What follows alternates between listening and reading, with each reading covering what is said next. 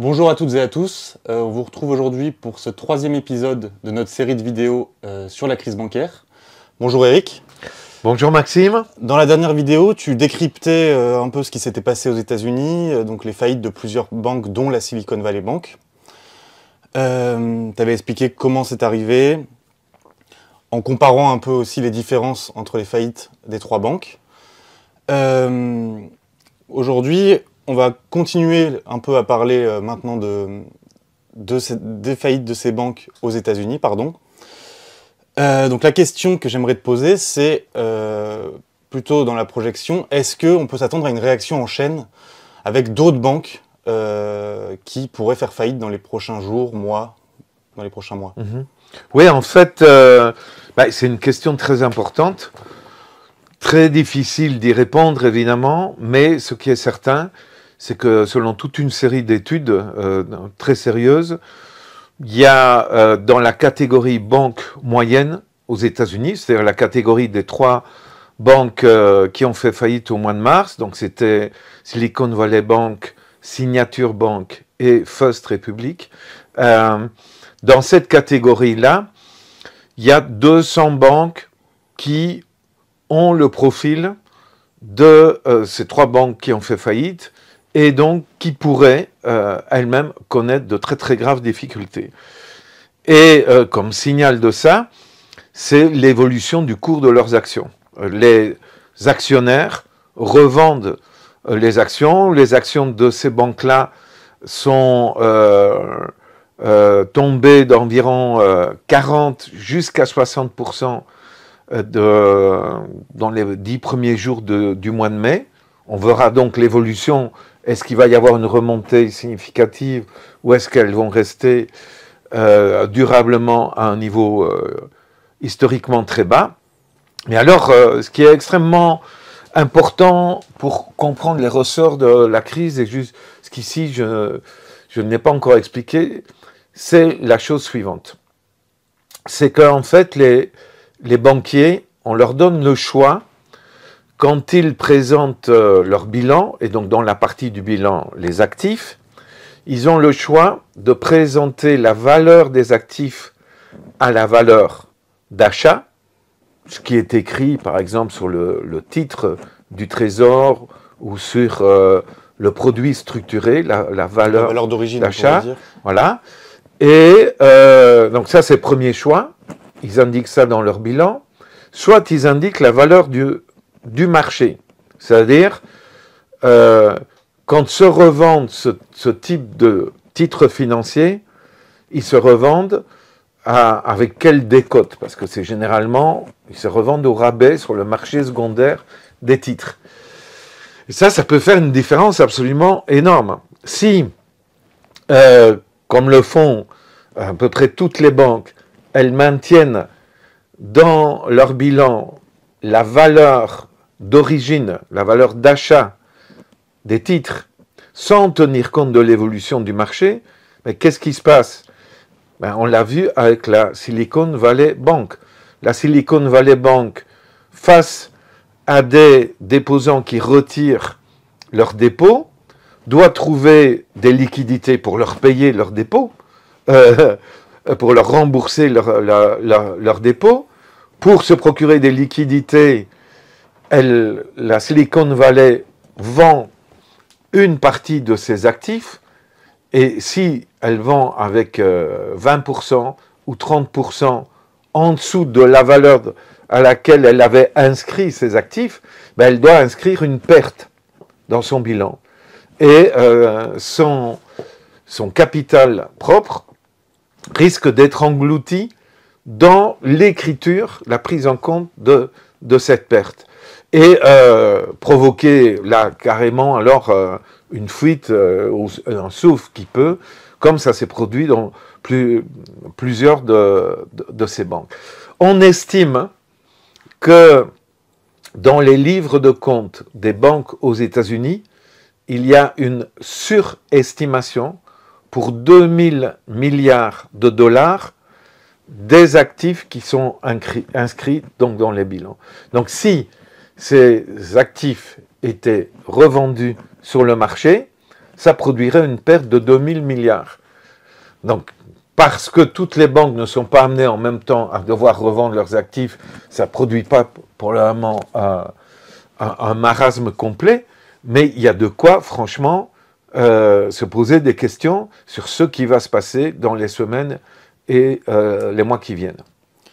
Et est-ce que les explications que tu viens de donner et que tu as également données dans les précédentes vidéos valent aussi pour la faillite de Crédit Suisse, donc en Europe, en Suisse, en mars 2023? Alors, dans le cas du Crédit Suisse, ce qui est très important à indiquer, c'est que c'est vraiment une banque qui s'est spécialisée dans le blanchiment d'argent, soit de l'évasion fiscale, soit carrément du crime organisé. C'est-à-dire crime organisé, c'est-à-dire de l'argent des cartels de la drogue de Colombie, de Mexique et d'ailleurs.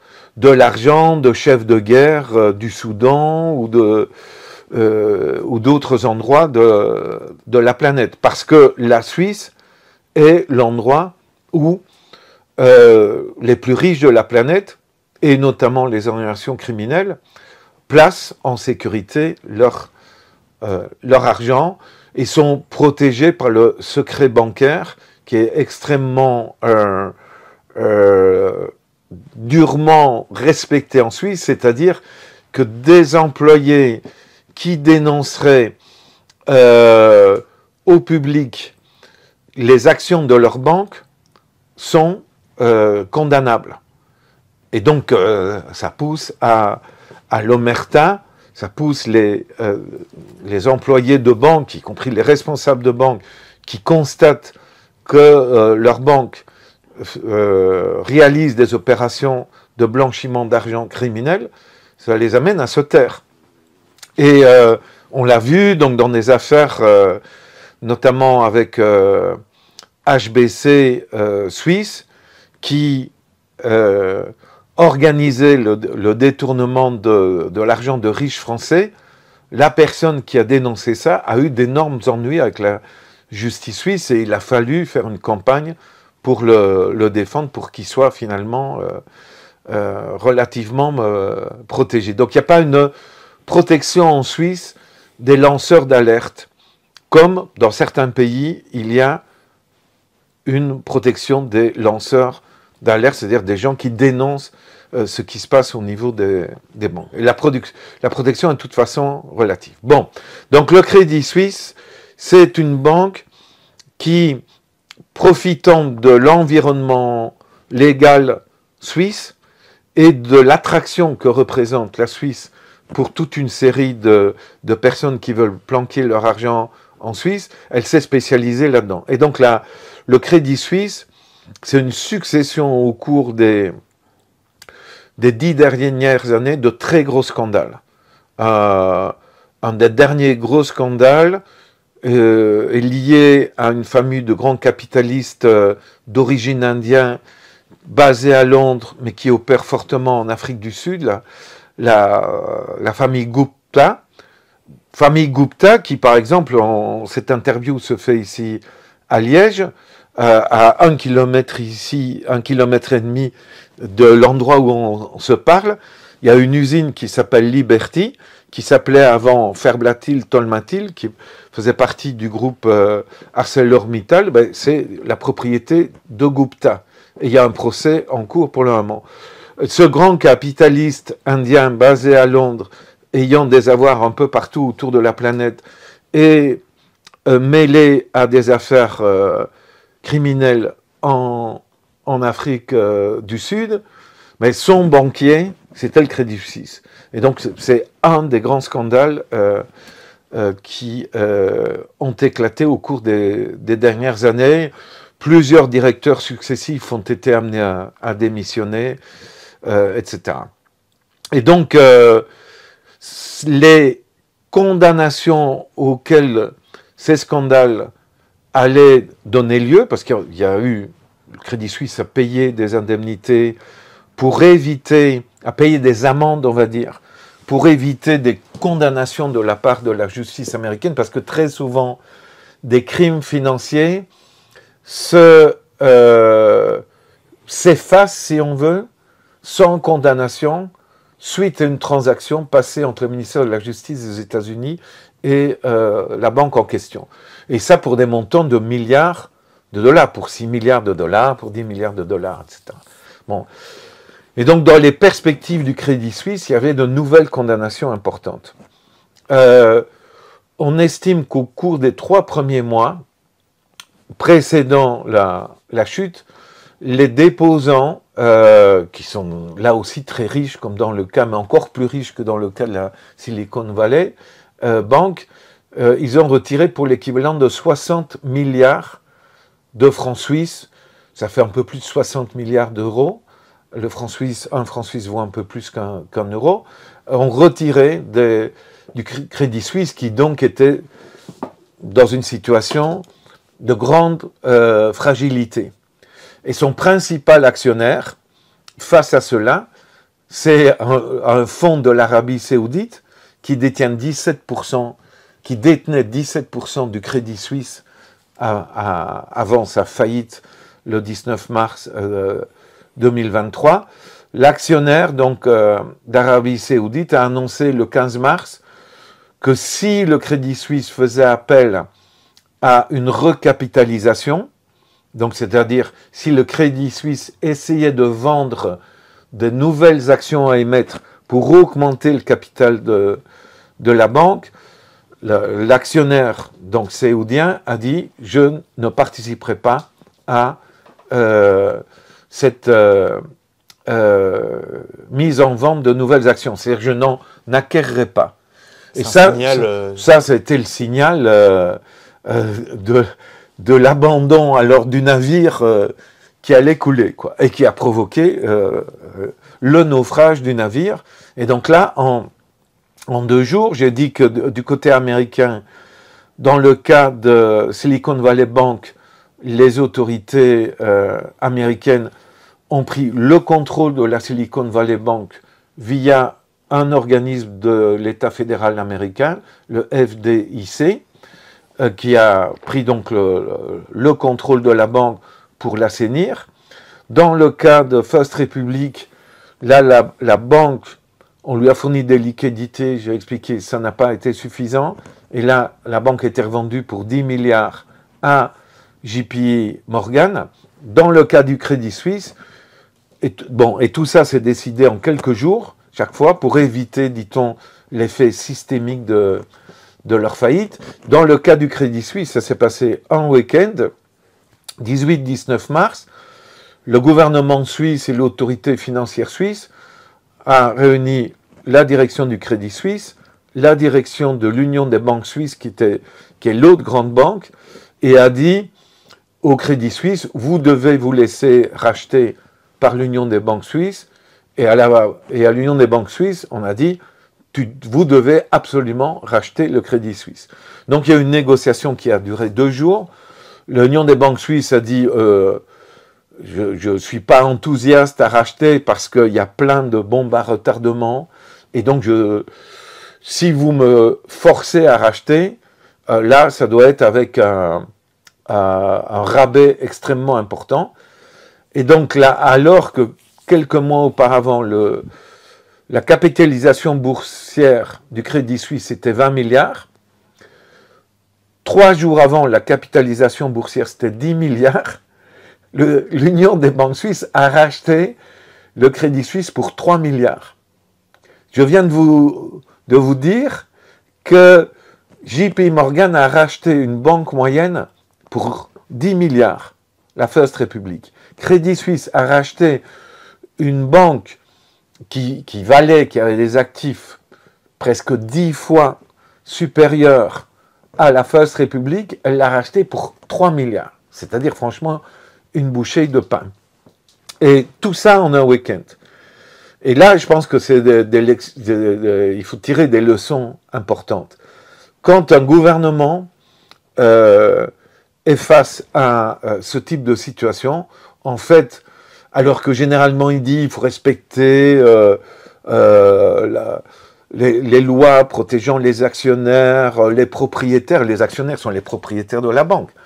La loi en Suisse dit que les actionnaires ont au moins 6 semaines pour analyser les offres qui concernent le rachat ou l'absorption de l'entreprise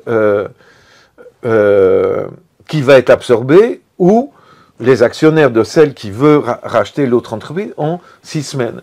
Là, les actionnaires n'ont pas été réunis, il n'y a pas eu de conseil d'administration, il y a eu une réunion des autorités suisses avec les 2 directions, et l'affaire a été ficelée pendant un week-end, quand les 2 banques étaient fermées, de manière à ce que le lendemain matin, les 2 banques rouvrent, mais dans une nouvelle situation. Crédit Suisse devenant la propriété de l'Union des banques suisses. Et la manière dont ça s'est fait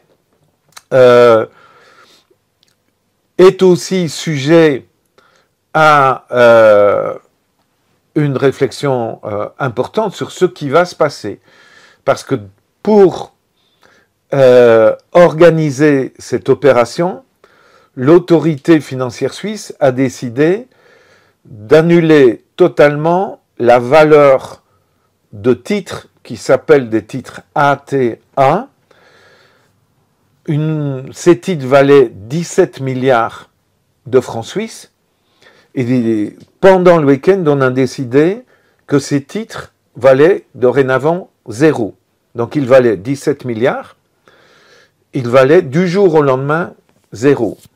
Cette décision d'annuler la valeur de ces titres va produire toute une série de procès, parce que les détenteurs de ces titres, qui sont des fonds d'investissement, sont des gens très riches, payent des cabinets d'avocats spécialisés dans les affaires financières pour traîner en justice l'autorité suisse et la faire condamner à payer des indemnités à ceux dont on a réduit à 0 ces titres. Mais ça a une valeur plus générale, Maxime, parce que ces titres, c'est une invention qui a suivi, ces titres ont été créés après la crise de 2008. J'ai expliqué dans la première vidéo qu'on permet différentes manipulations aux banques pour augmenter leurs fonds propres. Et le ratio, pour augmenter le ratio, pas pour augmenter réellement leurs fonds propres, pour augmenter ce que les banquiers peuvent dire du rapport entre leurs fonds propres et leur bilan global.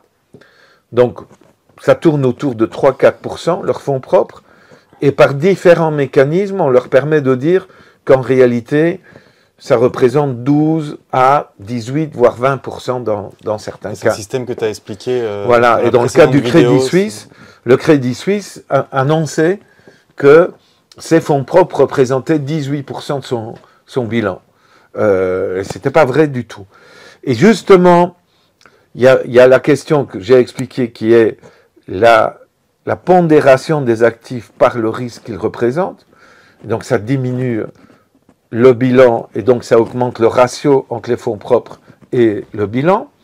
Il y a une autre manière d'augmenter sur papier les fonds propres, pour la banque, c'est de vendre des titres qui s'appellent des AT1. AT1, ça veut dire qu'ils peuvent être considérés, alors qu'ils ne sont que des titres, comme faisant partie des fonds propres, et donc du capital de la banque. Et pourquoi est-ce que ces titres peuvent être considérés comme du capital?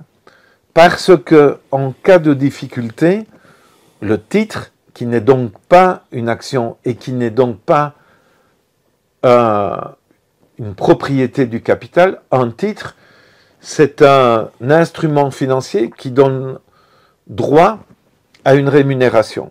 Mais ce n'est pas une fraction de propriété de la banque.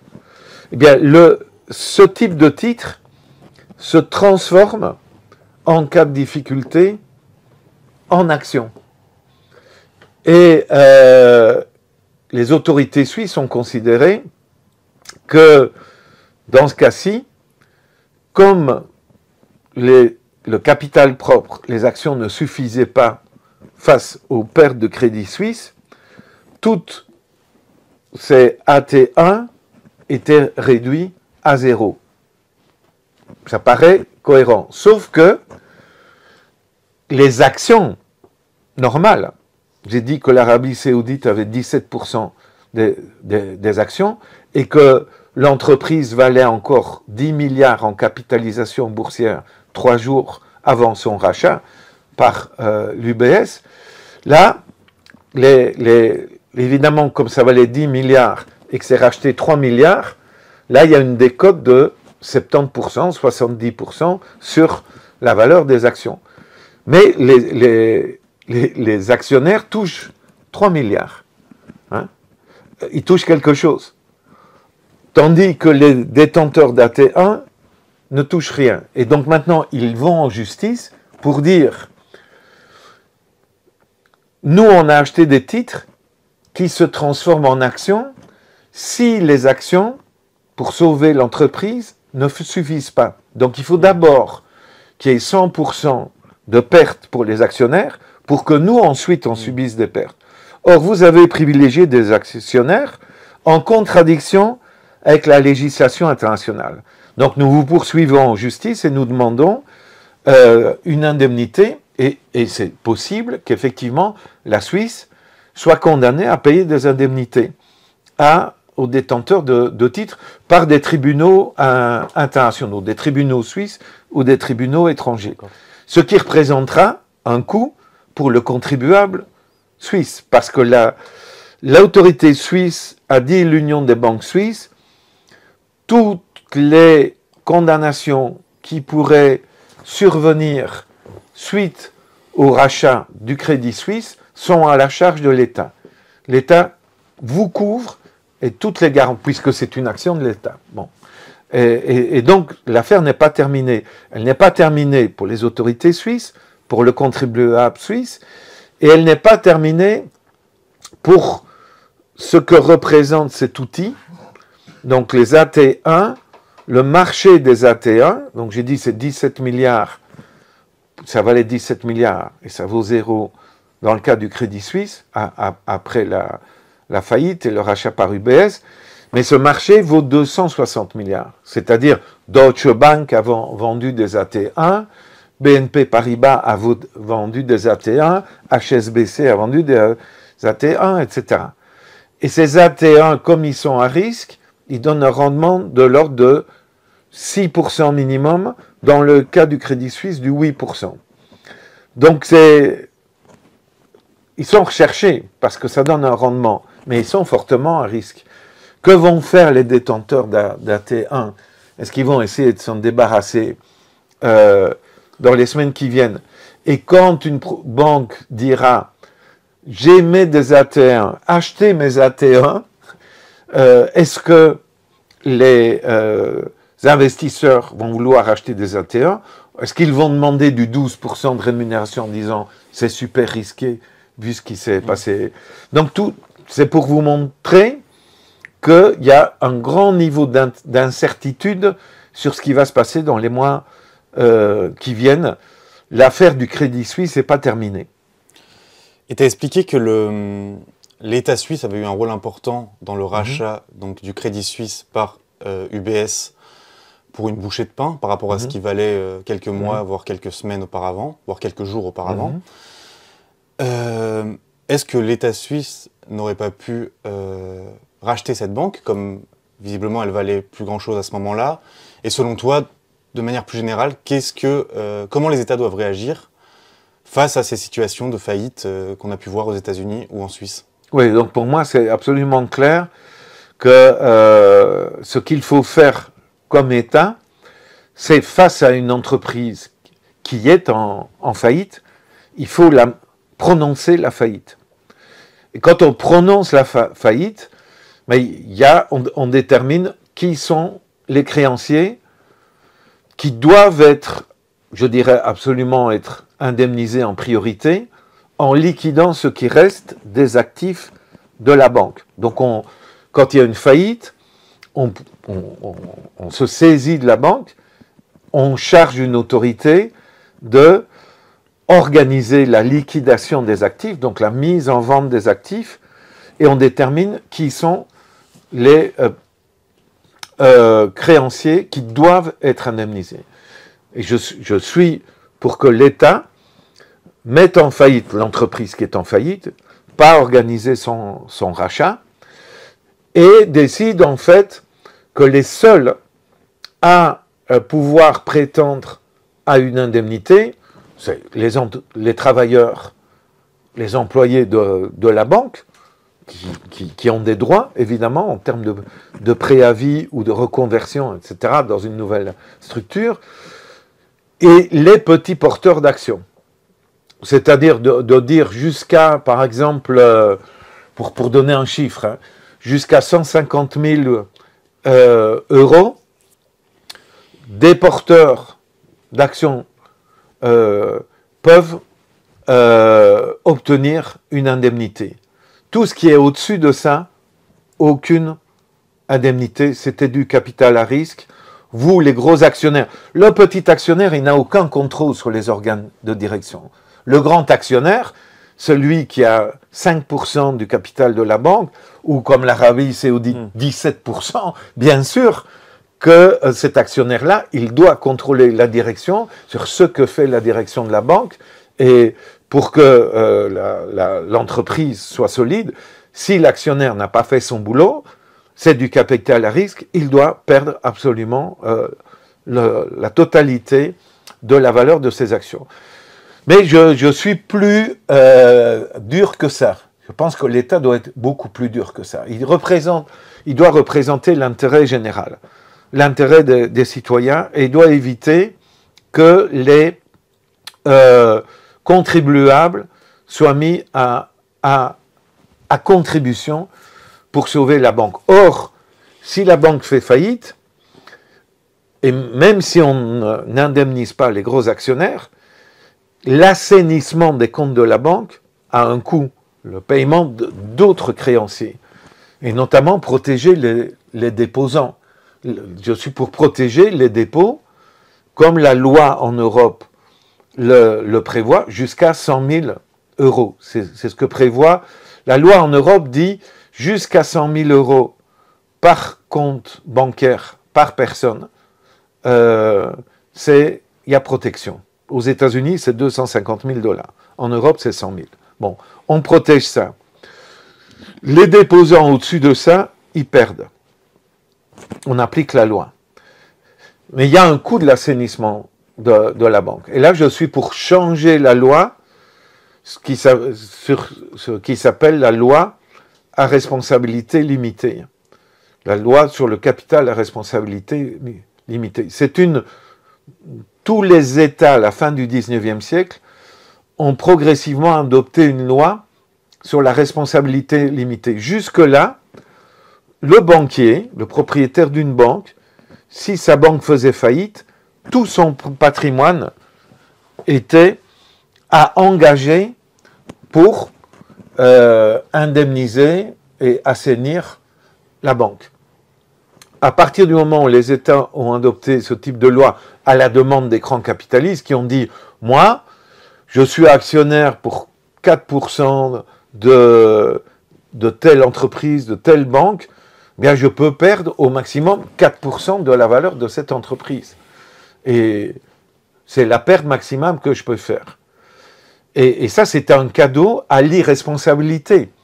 Parce que si l'actionnaire ne risque de perdre que sa petite mise dans la banque, et ce qui se passe, les gros actionnaires, BlackRock, le fonds d'investissement BlackRock, il a des investissements pour 4 000 milliards de $.